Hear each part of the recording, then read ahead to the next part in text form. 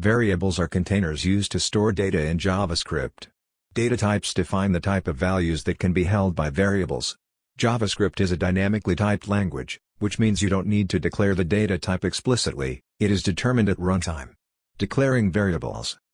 In JavaScript, you can declare variables using three different keywords: var, let, and const.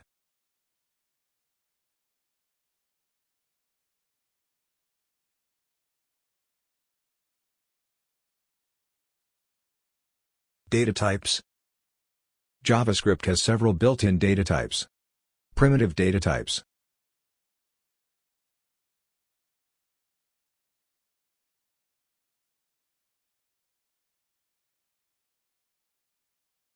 Reference data types.